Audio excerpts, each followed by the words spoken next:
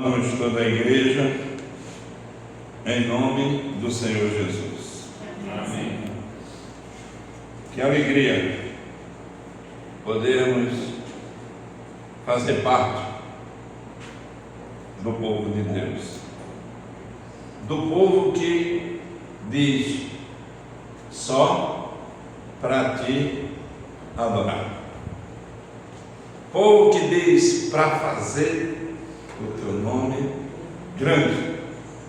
Jesus, em tua presença, nos reunimos aqui, contemplamos tua face, rendemos-nos a ti, pois um dia tua morte trouxe vida a todos nós e nos deu completo acesso ao coração do Pai. O véu que separava já não separa mais, a luz que outrora apagada agora brilha, brilha, e cada dia brilha mais, só para te adorar e fazer o teu nome grande.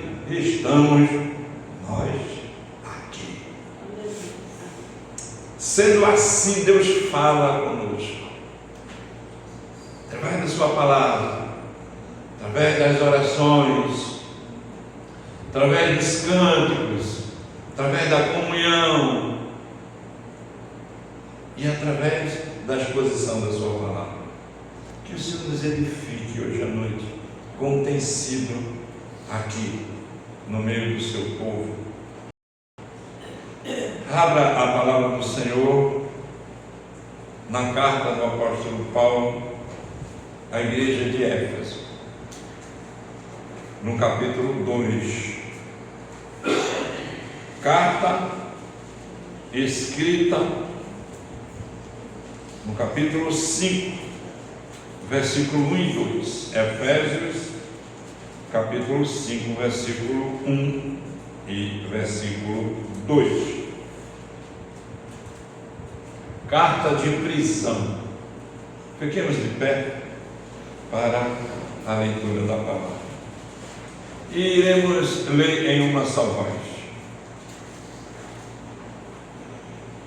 Todos, sejam, pois, imitadores de Deus como filhos amados, e andai em amor, como também Cristo nos amou e se entregou a si mesmo por nós, em oferta e sacrifício a Deus, em cheiro suave. Oremos mais uma vez. Senhor, a tua palavra está diante de nós e o teu Espírito habita em nós, e ele abrirá os olhos do nosso entendimento para sermos edificados, crescendo para a tua glória e o nosso bem. Aplica a tua palavra por Jesus. Amém. Podemos nos assentar. Nós bem temos tido o privilégio de perceber e aprender que essa carta, ela tem como tema a noiva de Cristo, a igreja de Cristo, o corpo de Cristo, Cristo, o cabeça da igreja, Cristo, o Senhor da nossa vida, o Senhor da minha vida e da sua vida. Nós também sabemos que essa carta, ela foi escrita para fortalecer o conhecimento a respeito de Jesus, da sua salvação, da importância de termos encontrado a nossa salvação no Senhor Jesus. Capítulo 1, 2 e 3 trata da nossa nova vida em Cristo. E o capítulo 4, 5 e 6 nos instrui como é que o crente deve viver, como nós existimos e para que nós existimos. E o tema da nossa mensagem de hoje é imitadores de Deus. É a nossa convicção plena. Somos chamados para sermos imitadores de Deus. Imitar é algo que faz parte da vida do ser humano. E nós vivemos em um contexto que as pessoas imitam muito as outras, e mais ainda os filhos. Os filhos imitam os pais, e até alguns cacuetos eles herdam. E assim nós olhamos para esse texto. Quando eu falei que do capítulo 4 até o 6, ele instrui como deve viver o cristão. E no finalzinho do versículo 32 do capítulo 4, no finalzinho do capítulo, é o versículo 32 que diz: antes sedes uns para com os outros benignos, misericordiosos, perdoando-vos uns aos outros, como também Deus vos perdoou em Cristo. Essa seção fala do amor de Deus derramado no nosso coração por meio de Cristo e a convocação para sermos aqueles que são, na reflexão, benignos, refletindo, misericordiosos, perdoadores. Agora, do jeito que Cristo nos perdoou, devemos perdoar a todos, independentemente e indiscriminadamente. Ele começa essa nova sessão. Eu queria chamar a sua atenção para o capítulo 5, versículo 1 e 2. Mantenha a sua Bíblia aberta, por favor. Ele começa com a palavra sede. Sede e sede, imitadores de Deus, como filhos amados. Nós, eu e você, nós somos filhos de Deus amados. Amados significa cuidados, guardados, protegidos, alcançados. A importância de alguém ser filho de Deus. Existem alguns pensamentos errôneos que afirmam que todos são filhos de Deus. Todas as pessoas são filhas de Deus. De um certo modo, podemos dizer que sim, pelo fato de todos serem criaturas de Deus. Mas dentro das criaturas de Deus tem aqueles filhos que são identificados como filhos de Deus. Vivemos numa geração onde ser filho está se perdendo o seu valor. Filho obedientes aos pais, filhos amados pelos pais, mas a grande maioria desobedientes aos pais. Aqui no texto, os filhos, eles não só são obedientes, mas eles são imitadores dos seus pais. Filhos amados, amados, meus irmãos, profundamente amado, objeto do amor especial de Deus. E Deus prova o seu amor. Somos filhos amados, mas Deus prova o seu amor. Esse atributo, amor, é um atributo moral de Deus. Existem atributos naturais de Deus. Queria chamar a sua atenção. Os atributos naturais de Deus, nós não os temos, que é a sua eternidade,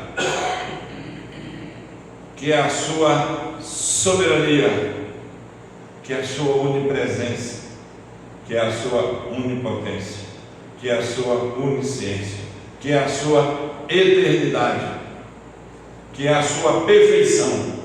Nós não temos esses atributos, mas nós temos atributos que Deus tem, chamados de atributos morais. E aqui está sendo destacado o amor. O amor é o maior de todos os atributos de Deus relacionado a você e a mim. Eu queria dizer uma coisa muito importante. Se nós não existíssemos, se nós não precisássemos de salvação, se nós não fôssemos achados perdidos e encontrados e salvos, esse atributo Deus não precisaria ter. Porque Deus não precisaria demonstrar. E esse atributo, amor, é um atributo demonstrativo, que demonstra uma preocupação, um cuidado e uma derramação, ou seja, uma demonstração, uma atitude. O amor, ele é identificado através da atitude. E a atitude de Deus, tendo esse atributo chamado amor, ele prova, em Romanos 5,8, Deus prova o seu próprio amor para conosco, pelo fato de Cristo ter morrido por nós, e nós ainda continuamos pecadores. Mas Ele morreu para que o pecado não nos condenasse, mas para que nós fôssemos salvos dos nossos pecados. Então esse amor é um atributo necessário por causa de nós. Se não existisse criação humana, Deus não executaria esse atributo, não elaboraria um atributo relacionado a Ele, dar o seu próprio filho, e o seu filho morrer, a nossa morte, para que nós pudéssemos viver a sua vida. Esse amor, ele não tem nada a ver com o mérito humano. Ninguém aceita Jesus, ninguém aceita o amor de Deus, porque esse amor é derramado no nosso coração, e nós passamos a ter a grande graça a respeito da nossa salvação. E como estávamos falando de filhos, Deus nos trata como filhos amados, e Ele prova esse amor em ter dado o seu único filho para morrer pelos meus pecados e pelos seus pecados. Os filhos, eles têm um modo de falar dos pais, na grande maioria. Eles têm um modo de agir igual aos pais, e eles têm prazer em fazer aquilo que o pai faz. E o caráter é o comportamento de retidão e de santidade. são todos aqueles que foram regenerados e adotados por Deus. Isso é fruto da graça de Deus. Essa consequência da obra do Deus Pai em nos salvar traz uma reflexão sobre quem nós somos. Só existe dois tipos de pessoas no mundo, e só existe dois tipos de religiões. Existem os filhos de Deus e os filhos da perdição. E nós não somos filhos da perdição, nós somos filhos de Deus, e Ele nos trouxe aqui hoje para ouvirmos mais a esse respeito, e que isso seja impactado no nosso coração. E dois tipos de religiões, ou dois tipos de segmento, é o paganismo e o cristianismo. O que não é cristianismo é paganismo, e o que não é paganismo é cristianismo. Paganismo são todas as religiões que foram criadas para que o homem possa se ligar a Deus. Todas as denominações, chamadas também de seitas, porque elas elaboraram um caminho para chegarem a Deus. Porém, o que não é paganismo é cristianismo, e cristianismo significa que Deus enviou Cristo para executar a benevolência, a misericórdia, a graça do seu amor. Que o amor de Deus, ele se distingue em graça, misericórdia e bondade. Graça porque salva um pecador perdido, misericórdia porque em vez de condenar salva, e bondade porque derrama no coração de todo aquele que pode crer a obra salvadora que está em Cristo Jesus. Por isso ele convoca hoje, aqui e agora: sede imitadores de Deus como filhos amados, copiadores, aqueles que seguem o exemplo. É como a palavra imitadores tem um sentido também na sua raiz da palavra mímica, fazer uma mímica, imitar. Imitai aquele que vos salvou. Como imitar a Deus? A gente não imita a Deus pelos seus atributos naturais, nós imitamos a Deus pelos seus atributos morais.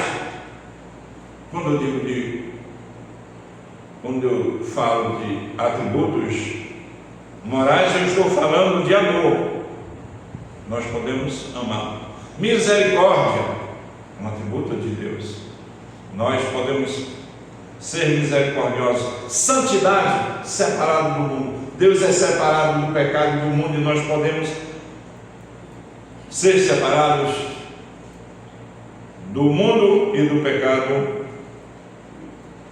e de toda forma de tentação. Podemos também ter o atributo da justiça, sermos justos, ajustados, com a medida certa, coerentes, num país onde a injustiça, nesse exato momento que vive a nossa nação, ocupou o lugar da justiça, onde a infidelidade ocupou o lugar da fidelidade, onde a mentira tomou o lugar da verdade. Mas nunca isso vai ser de verdade.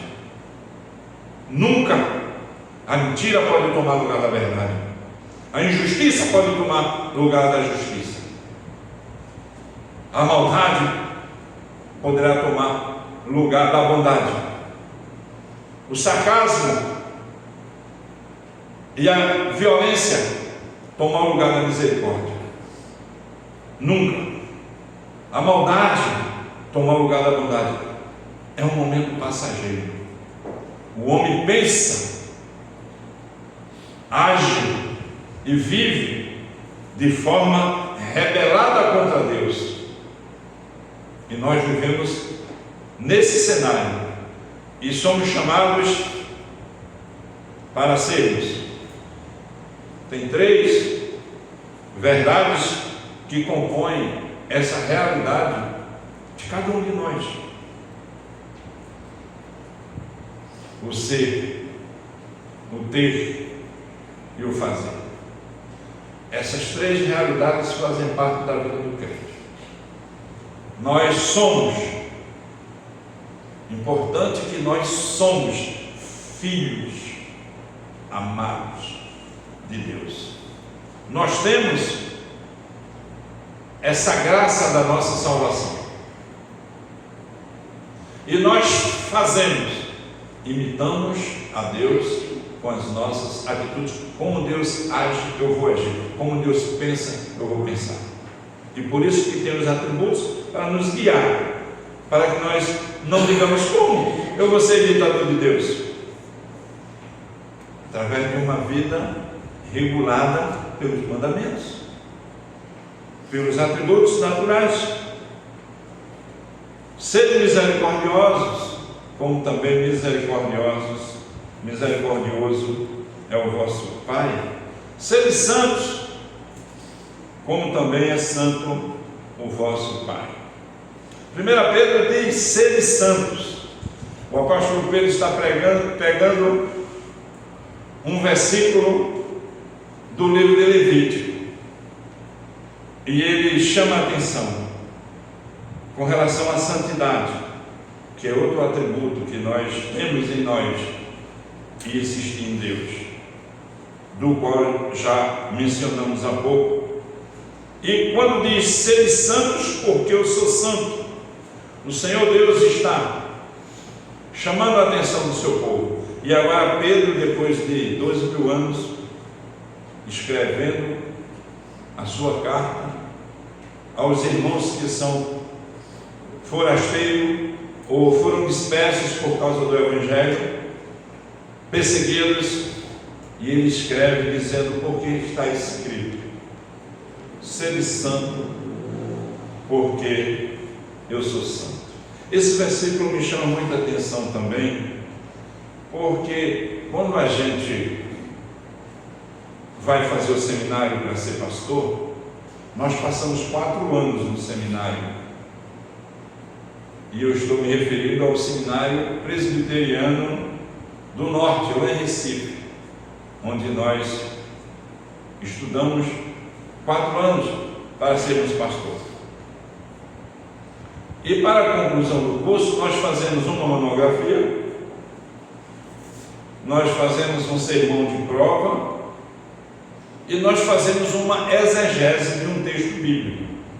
E foi esse texto que eu escolhi para fazer a exegese, em 40 páginas mais ou menos, explicar o que é que esse texto ele está querendo dizer, explicar o que é que o autor que escreveu ele tinha na mente quando escreveu, defender que é inspirado por Deus e foi Deus que quis que esse texto existisse, ensinar que esse texto é um ensino completo da Bíblia, está no Velho e está no Novo Testamento, que compõe um conteúdo só da aliança, e que essa convocação é indispensável, porque sem santificação ninguém verá ao Senhor.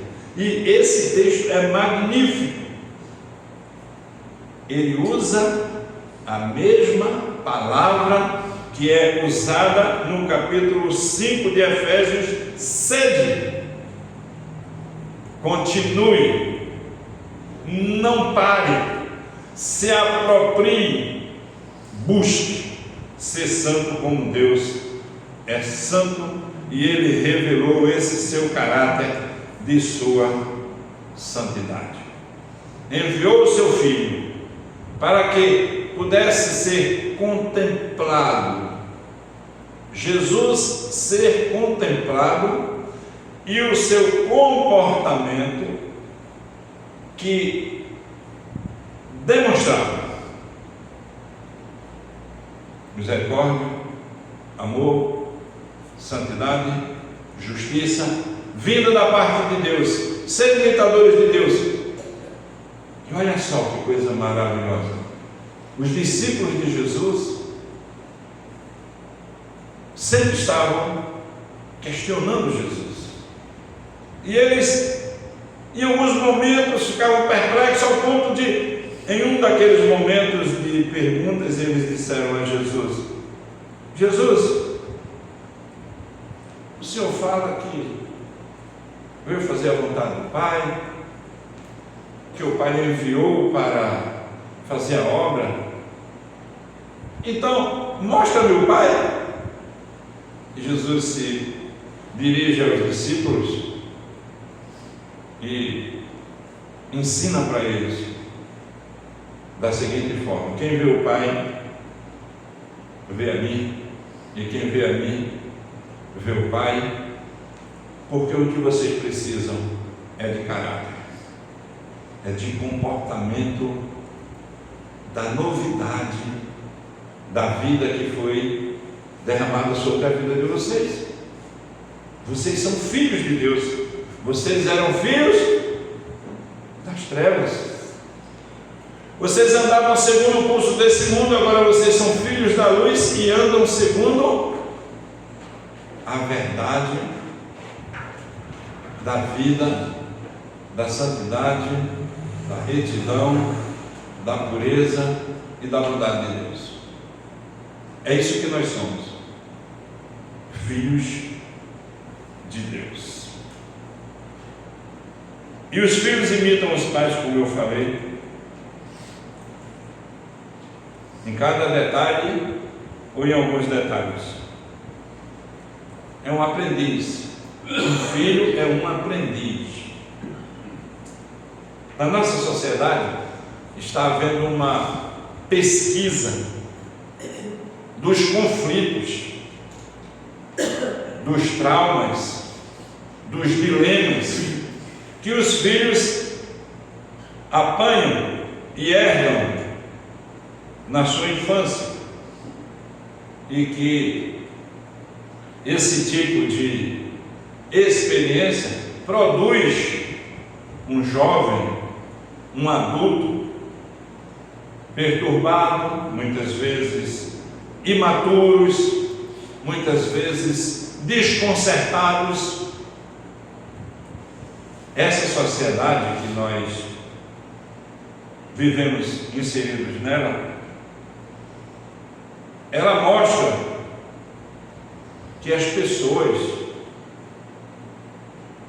elas vivem uma vida sem direção, uma vida sem satisfação, uma vida sem prosperidade espiritual, uma vida irrelevante, uma vida traumatizada, dominada por conflitos existenciais, e que os especialistas dessa área estão também perdidos, porque não estão conseguindo fazer muita coisa no que se diz respeito à saúde espiritual e mental das pessoas que vivem no nosso planeta, na existência humana a qual nós fazemos parte dela. E a proposta aqui é que nós não pertencemos mais a essa estrutura. Nós vivíamos num mundo perdido, e éramos desgarrados como ovelha que não tem pastor. Mas o Senhor, que é rico em misericórdia, por causa do grande amor com o qual Ele nos amou, Ele nos salvou, nos resgatou.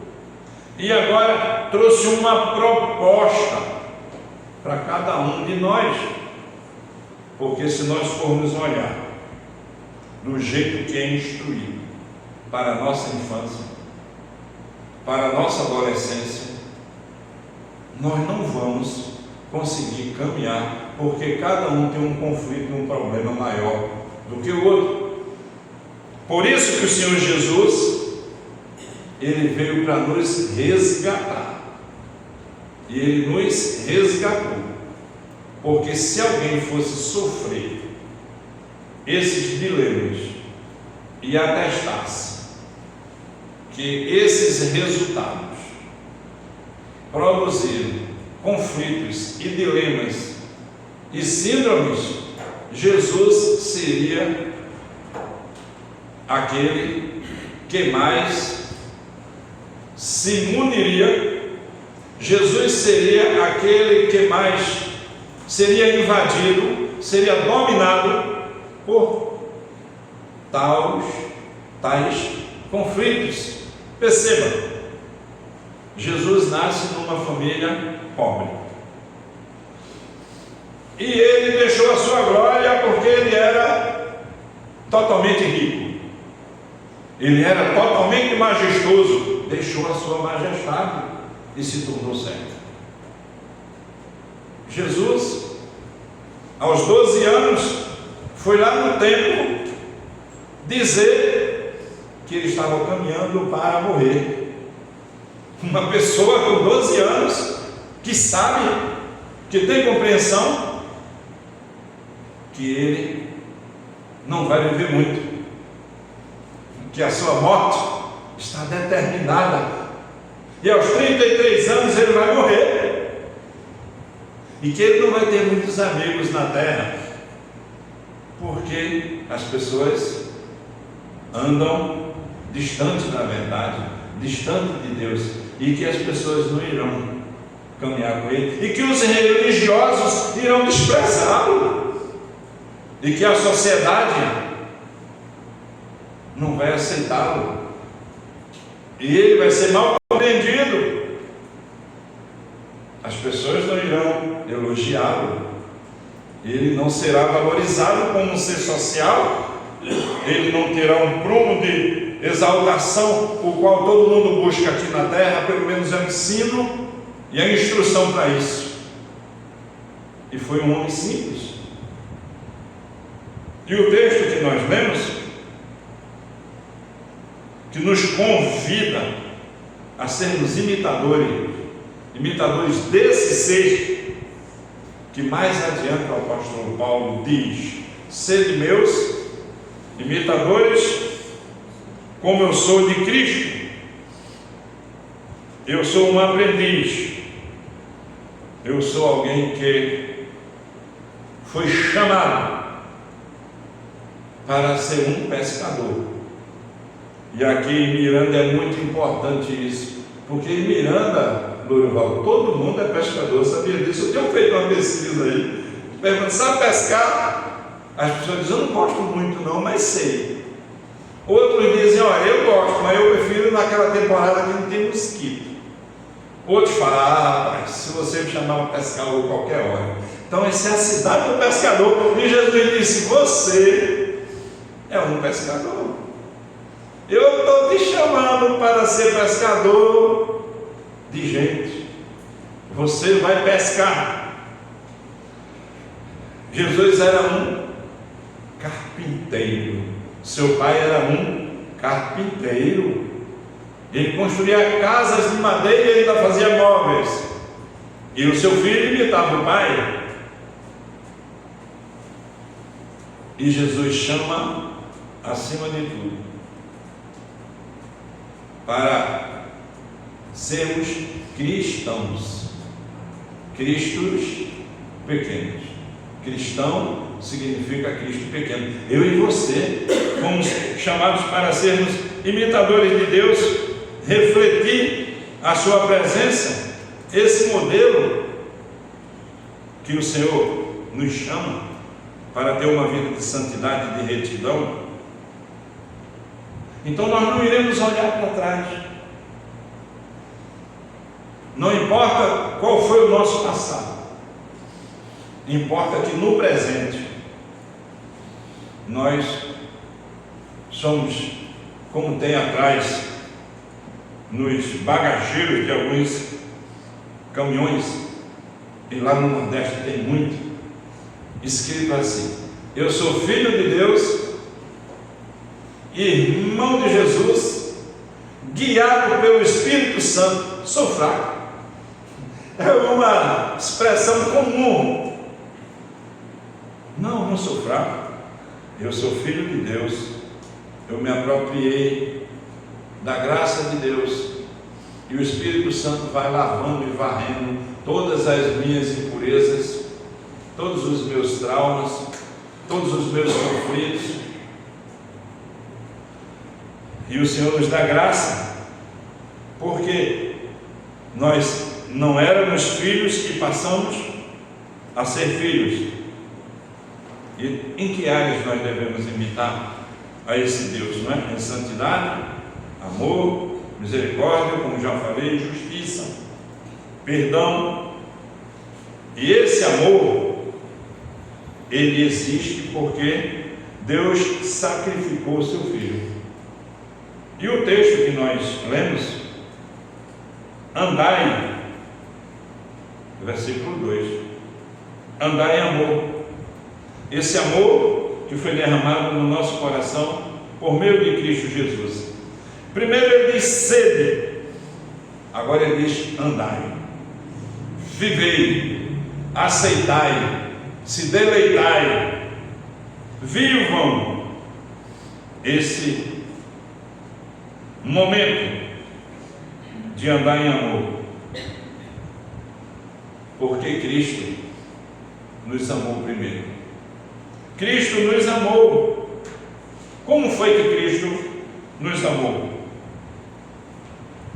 O Evangelho de João capítulo 15, 13 diz: não existe nenhum amor maior do que esse, de alguém dar a sua própria vida em resgate dos seus irmãos. Então Cristo é chamado de nosso irmão mais velho, e deu a vida por nós. Isso me faz lembrar, para ilustrar, em uma guerra, até está havendo guerra no Oriente Médio, guerras e rumores de guerra, mas eu quero destacar a figura do soldado, do companheiro, em descobrir que tem uma mina ali, uma bomba que vai explodir a qualquer segundo, e ele está com a tropa, e ele se joga em cima daquela bomba,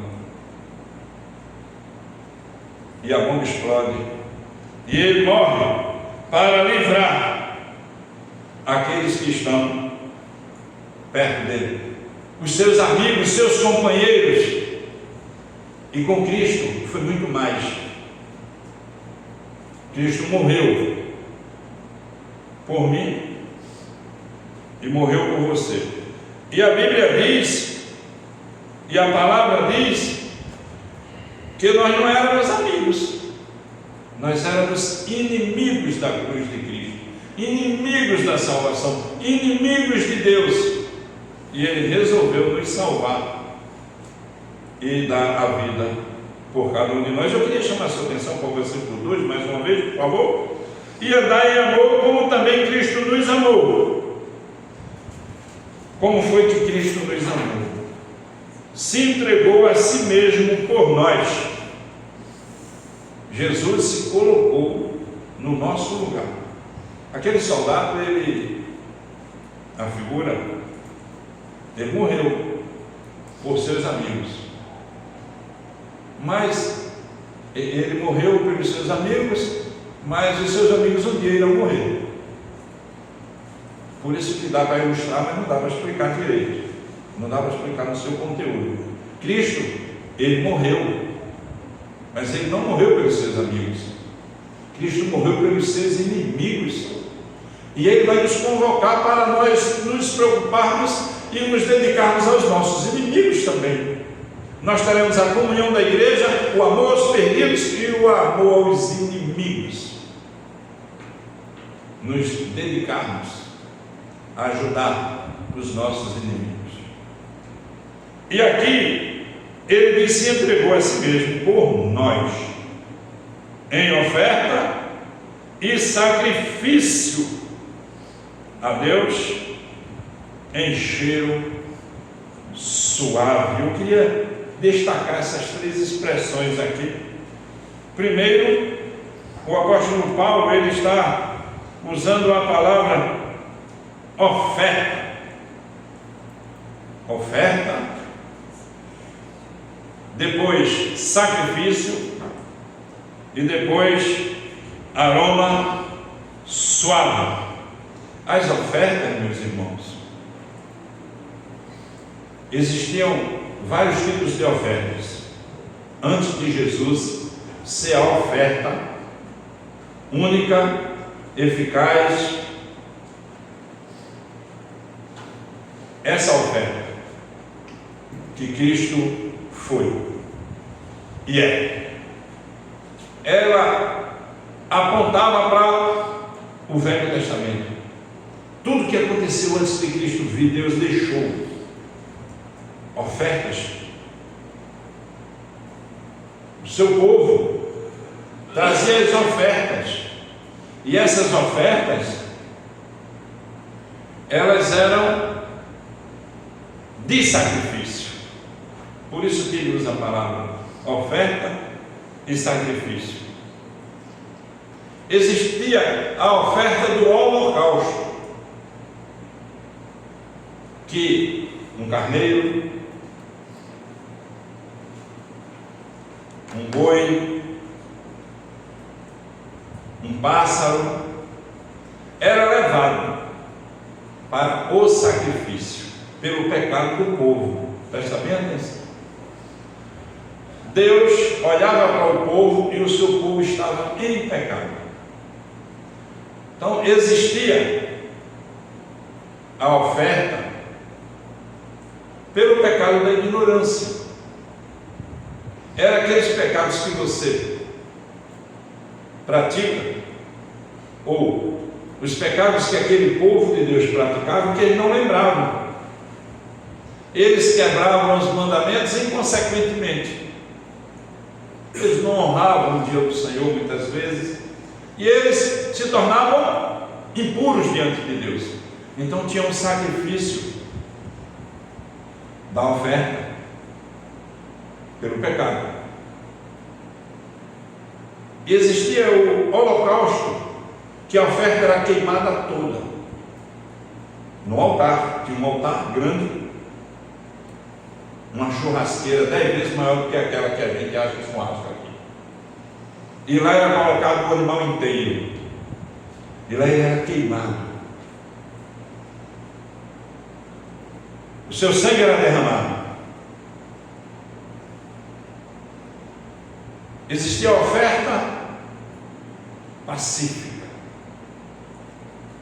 4 tipos de ofertas, no mínimo. A oferta para restaurar a comunhão entre os irmãos. O animal era comido uma parte, o sacerdote comia outra, e a outra parte era queimada. A oferta do sacrifício de animal, onde o seu sangue era tirado e era levado até a Arca da Aliança. Presta bem atenção. E era derramado o sangue sobre a Arca da Aliança. Não é aquela da Igreja Universal, não, porque aquela ali é falsa. E era aspergido o sangue. Dentro da arca tinha os mandamentos, que Deus ia condenar o seu povo por causa dos pecados deles.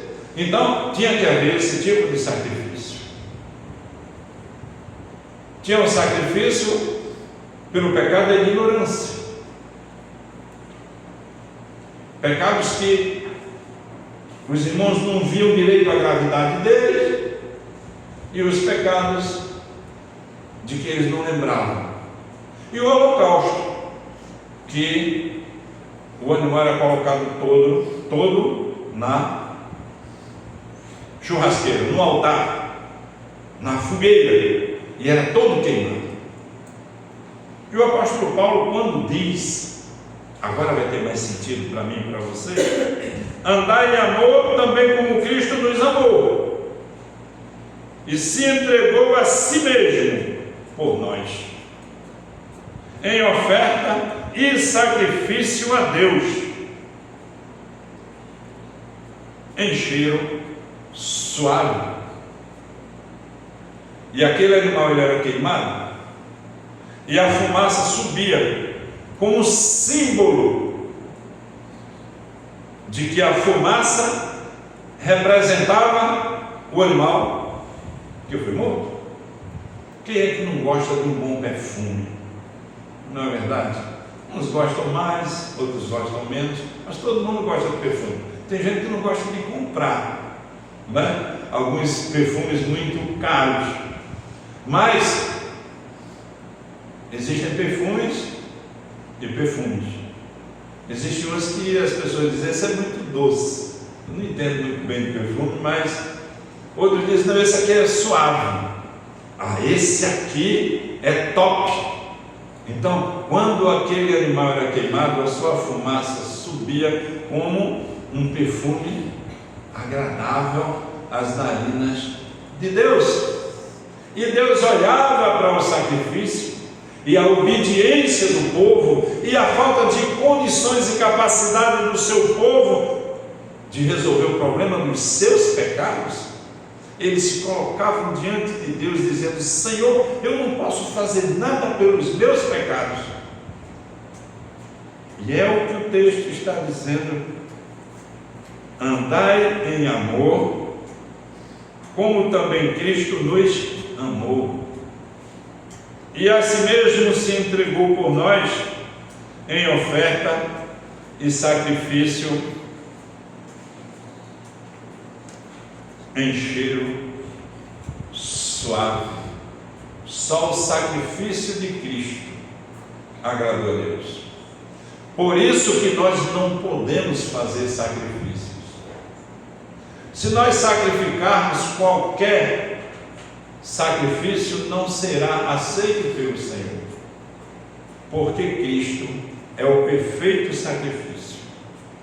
Ele é o holocausto, Ele é a oferta pela ignorância, Ele é a oferta pelo pecado, Ele é a oferta pela comunhão. Em Cristo tudo foi cravado lá na cruz. E é dali, e eu queria chamar mais uma vez a sua atenção, é dali que emana o amor. É da cruz que é derramado o amor em nossos corações por meio do Senhor Jesus. É na cruz que a oferta é aceita por Deus, por duas razões. Primeiro, porque foi um sacrifício sem pecado. Cristo nunca teve pecado e Ele se fez pecado por nós. E segundo, é que Ele se ofereceu no nosso lugar. Foi uma substituição. Deus ia nos condenar por causa dos nossos pecados, mas Cristo se colocou no nosso lugar e assumiu o nosso pecado.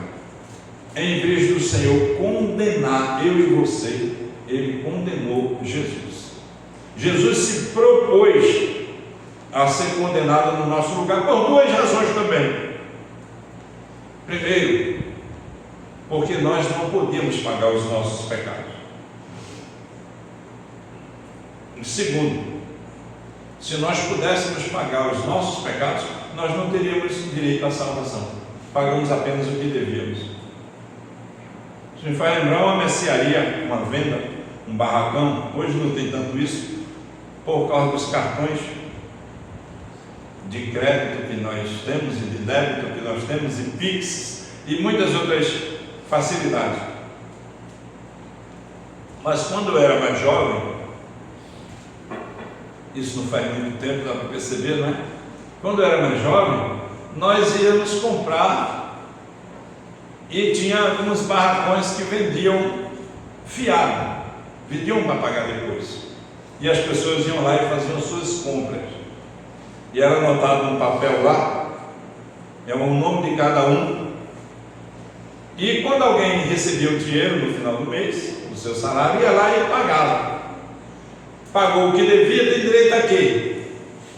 Nada, pagou só o que devia. E se nós pudéssemos pagar os nossos pecados, pagaríamos e não teríamos direito a nada, apenas pagaríamos o que devíamos. Por isso que Jesus veio para pagar os pecados que nós não poderíamos pagar e nos garantir a salvação, porque quem morreu foi um justo, não foi um injusto, não foi um pecador, não foi alguém que pagou os pecados que devia, mas pagou os pecados que nós devíamos, e por isso nós tivemos direito a essa tão grande salvação. Foi substitutiva, foi expiatória.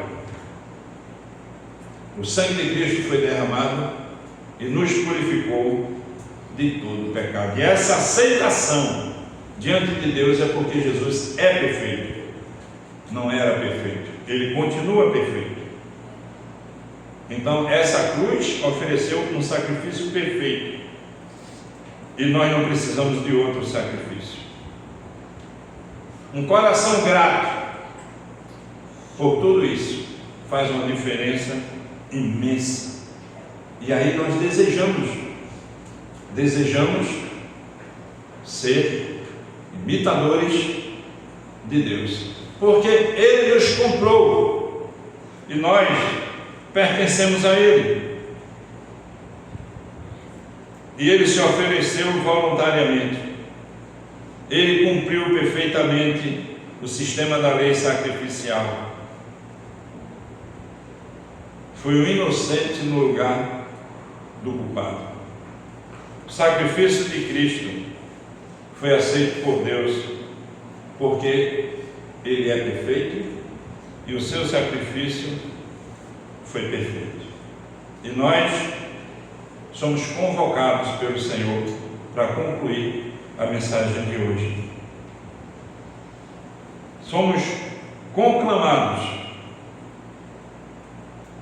a amar, a andar em amor, do mesmo jeito que Cristo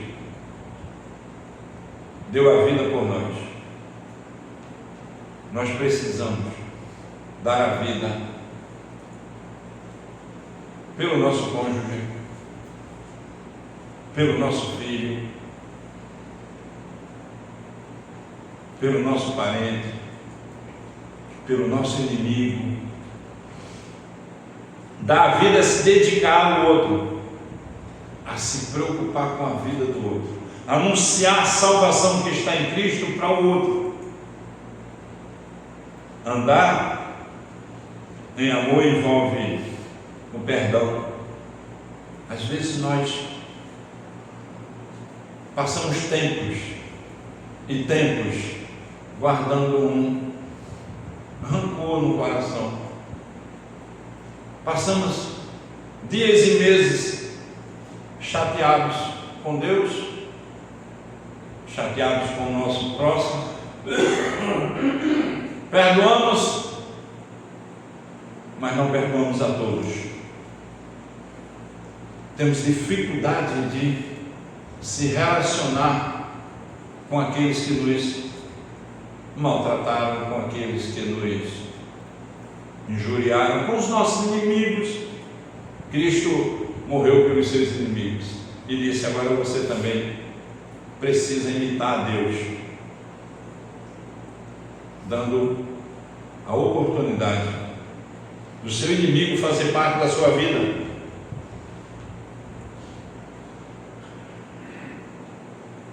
Renunciar à sua pessoa.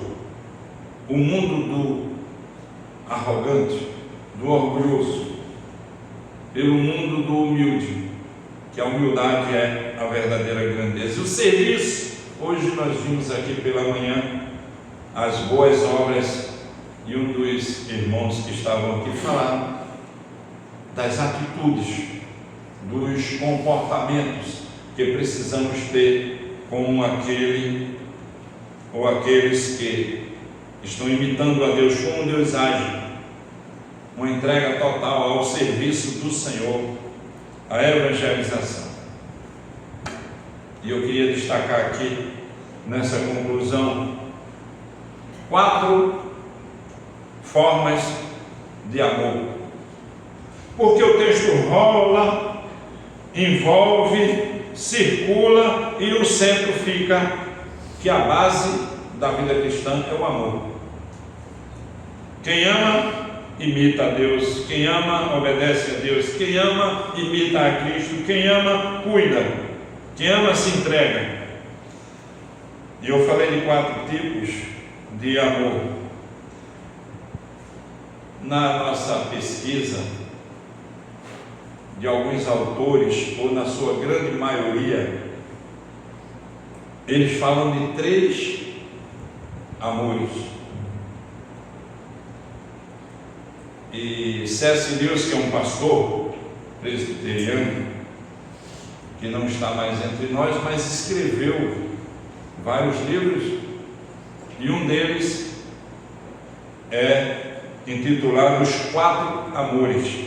Ele fala do amor estorgue, ou estorgue, que é o amor de família, o amor que nós precisamos ter pela nossa família,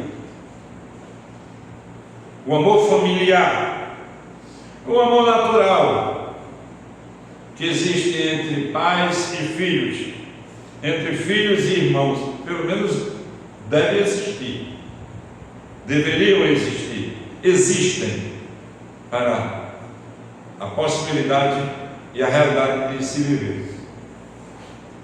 É a afeição, é o cuidado, a convivência familiar. Esse é um tipo de amor.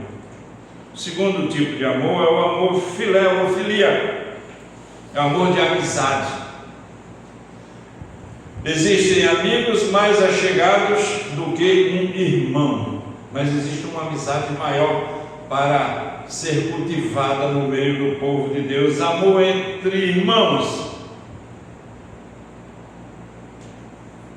que compartilham os valores da vida, companheirismo, a lealdade, a comunhão. Nós precisamos de pessoas assim. Eu tenho comunhão com muita gente, eu tenho amizade com muita gente, você tem amizade com muita gente. Esse tipo de amor, de amizade, vale muito um bom amigo. Terceiro amor é o amor chamado de eros, que é o amor romântico. É o amor entre um homem e uma mulher, um relacionamento que vai desembocar num ato conjugal, casamento. Envolve atração, paixão, união, emoção. Tudo isso envolve o coração de alguém que se apaixonou e casou, alguém que está apaixonado e vai casar, e alguém que ainda não conseguiu se apaixonar o suficiente para casar, mas tem jeito. Esse amor aqui é importante. Nós não nascemos para viver sozinhos. E Deus dê graça que a gente encontre na nossa igreja saúde nessa área, onde as pessoas podem se amar ao ponto de se tornarem depois casando, construindo uma família ou vivendo a vida familiar. E o quarto amor é o amor ágape, é o amor divino, é o amor de Deus,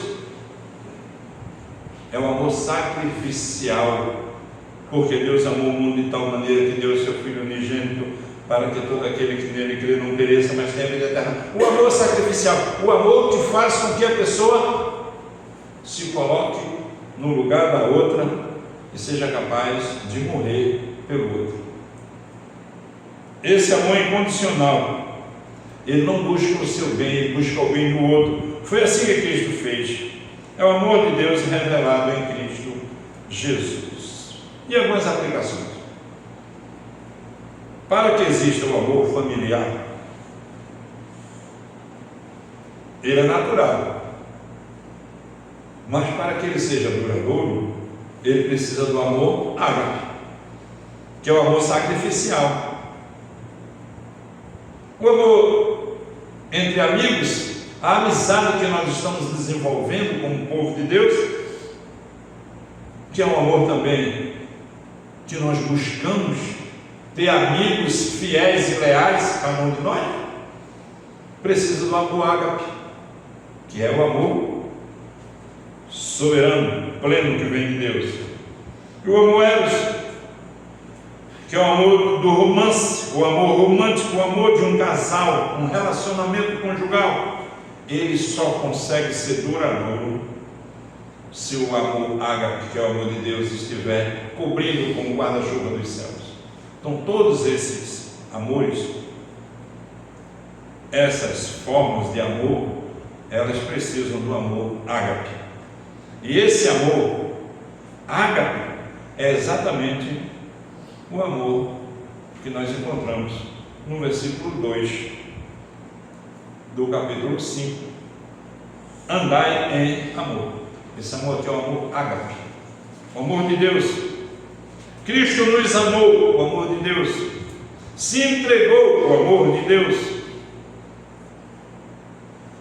em oferta, ficou no nosso lugar, em sacrifício, morreu em nosso lugar. Nós íamos morrer, iríamos ser condenados eternamente à perdição eterna, mas Cristo morreu para que nós não tivéssemos a perdição e a condenação eterna. E o segredo de tudo isso,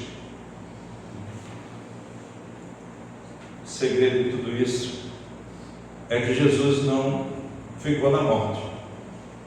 Na verdade, Cristo, ele morreu, foi sepultado, mas ele ressuscitou.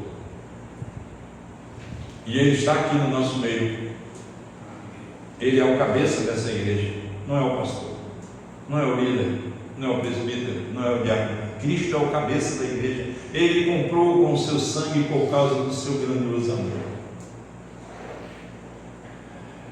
E a sua ressurreição trouxe a vitória sobre a morte, a vitória sobre os nossos conflitos, a vitória sobre as nossas ansiedades, e nos deu condições de agirmos como Ele age, vivermos como Ele vive, pensarmos como Ele pensa e fazermos como Ele faz. Nós, os imitadores que somos, nós, os imitadores de Deus. Que privilégio nessa noite, nessa oportunidade, nós chegamos a essa conclusão de que Deus nos chamou para nós imitarmos Ele, e nos deu o seu Filho como um modelo de como nós devemos imitar a Deus. E seu Filho, seu nosso irmão mais velho,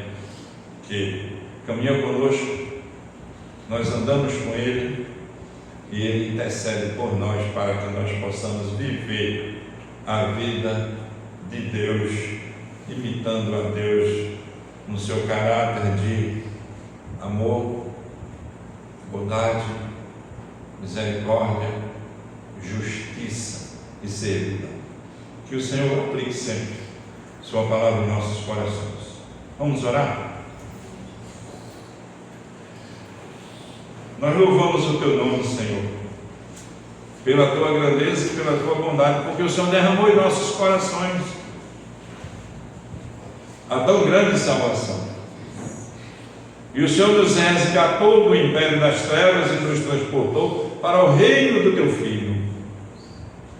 E o Senhor nos convocou para sermos Teus imitadores, amando com amor sacrificial, assim como Cristo nos amou, nos dedicando à nossa família, aos nossos amigos, ao nosso cônjuge e, acima de tudo, a servidão ao Senhor. Ó Deus, queremos te servir na beleza da Tua santidade e te imitar. Muito obrigado, porque nós temos esse privilégio de sermos Teus imitadores, Tuas testemunhas. Muito obrigado, em nome de Jesus. Amém. Recebam, irmãos, a bênção do Senhor. Que a graça do nosso Senhor e Salvador Jesus Cristo, o amor de Deus, o nosso amado e querido Pai, a comunhão, o poder e as divinas consolações do Espírito Santo repouse sobre nós, Igreja do Senhor, hoje e sempre. Amém. Amém. Amanhã, pode sentar, tenho 2 avisos. Amanhã nós teremos nosso